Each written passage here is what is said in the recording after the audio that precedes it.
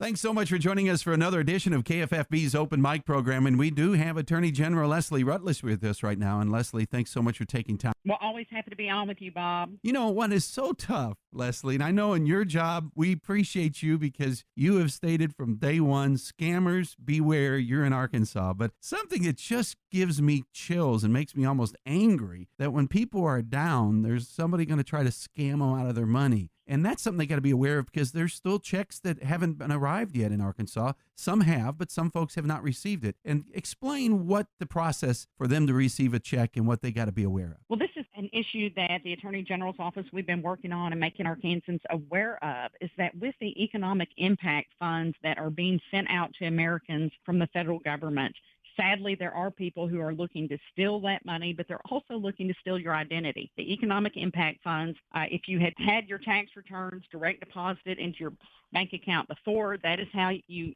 should have received those monies.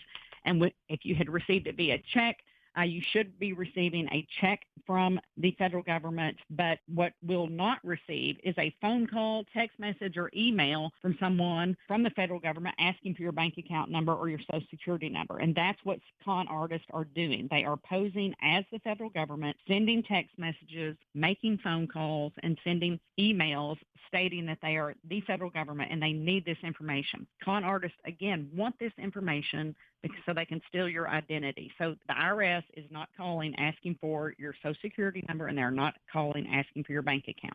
And what they look on, they prey on those people that are emotionally distressed or they need the money. And this is a true story that happened with me, Leslie. And this is what made me almost embarrassing. But when my father-in-law was dying, my wife was having issues with her phone. Called the phone company and they said, you need to take it down and get another model. And they said they will fix it because she needed that phone because she was talking to all of her loved ones. That's the only way she had contact of those for her father. So we did and came back and it still had the problem. It literally would not work. So I called, I thought, the Apple Corporation, and I told my phone to call it. And I was talking to a man that was from overseas, and he was walking me through all the stuff. Oh, yeah, this is just a problem. Do you know somebody in Michigan? I said, no. Looks like somebody in Michigan is tapping into this phone. And I thought, that's odd. Then he goes, now we can go further, but do you have a Dollar General near you? I said, well, yeah, what's that got to do with anything? He said, well, I need you to go get a cash card from Dollar General. And I'm like, what?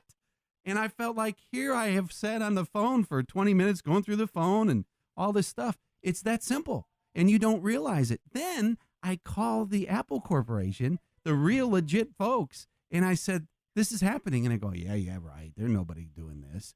And that's what the first guy did. Guess what happened? He called me on my phone. I brought him in, and he was calling the guy at Apple Corporation a fraud. And they were getting in a shout match. And I said, I should have recorded this. It can happen that simple. And that's why we got to be aware.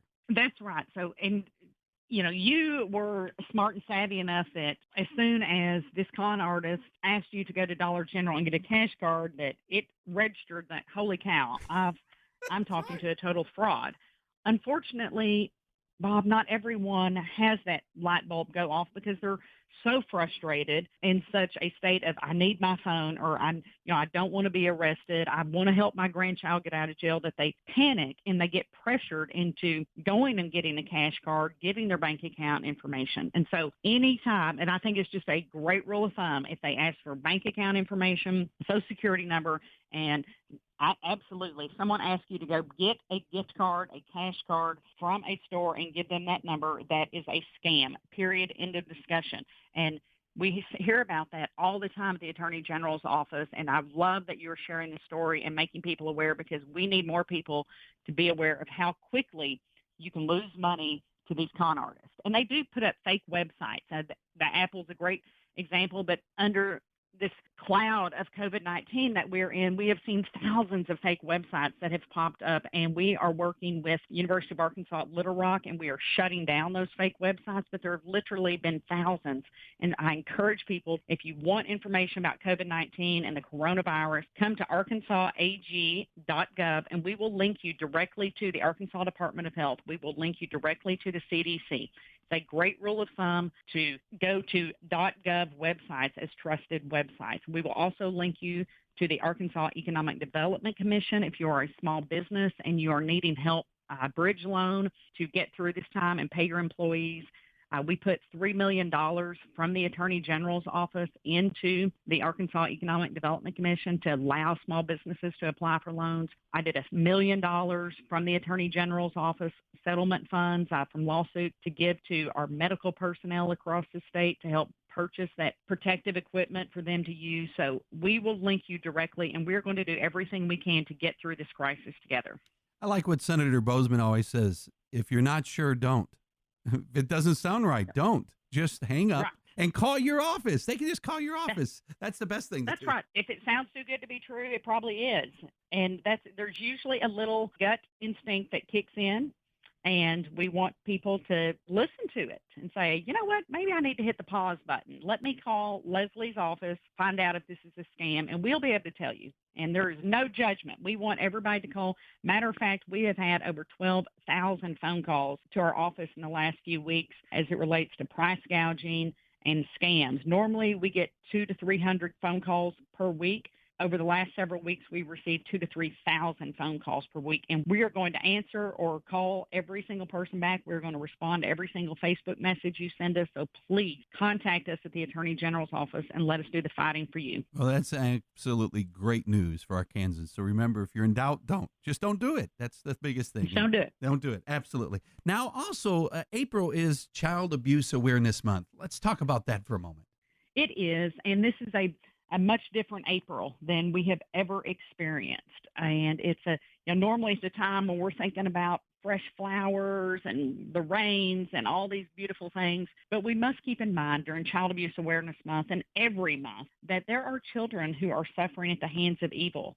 And during these tumultuous times, these young people who are normally at school at Greers Ferry or normally at school up the road and around the area and Heber Springs and all across the listening area, that those little ones, that's their safe haven. Those 8 hours a day that they get to spend with teachers and bus drivers and coaches, that's their safe time because they go home and are in very dangerous situations. There are adults that don't love them as I love my child, as my parents love me, and we've got to be on the lookout. If something doesn't seem quite right, to say something. These children are at home with adults who may have lost their job, who are, again, in this, during this turbulent time that we are living in, are in very dangerous situations, and they are not around those teachers, bus drivers, school officials who are mandatory reporters and are the first ones to say something if they see a bruise, if they see a child going hungry, if a child starts acting a little different. So please, I beg your listeners, if you could be the guardian angel for a child by just making a phone call into the child abuse hotline. It is very important. And one thing, it's kind of eerie almost. I don't know if you've noticed this, Leslie. When you're out and about, you don't see children at all. Any of the Walmart or any of the hardware stores, if FL Davis, you don't see children out as much. So they're all at home for hours and hours a day, and many people may not see them as they would during a school year. That's right. They're not being seen by their teachers who know them best, and again, are mandatory reporters. And these kids, again, just check on them. If you have a child that you've gone to church with and would see on occasion, and just make sure that you're reaching out to those children, their families, checking on them. If something doesn't seem quite right, say something. And the hotline for child abuse is 844-SAVE-A-CHILD. Very simple to remember, 844-SAVE-A-CHILD. And call and report it, and the law enforcement will do the investigation. You don't have to do it. You don't have to have firsthand knowledge of seeing the abuse occur. You just have to think to yourself, something's not right there. I need to look out for that child because that child needs us to all be their guardian angels. Well, one neat thing is knowing the Attorney General's got Arkansas's back. And how can they get in touch with you when they feel being scammed or they got questions or something don't feel right? What's the number to call, and what's the easiest way to get through? Well, Arkansans can always reach us online at arkansasag.gov. That's arkansasag.gov. We're also on Facebook, Twitter, Instagram, all forms of social media. Please send us a message, drop us a comment. We will get back to you, and you can always call us at 800-482-8982. I appreciate you taking time and talking with us here on KFFB's Open Mic. I know they told me you've got so many interviews over and over and over, so we got to keep you moving. Well, thank you, Bob. God bless you, and you all stay safe.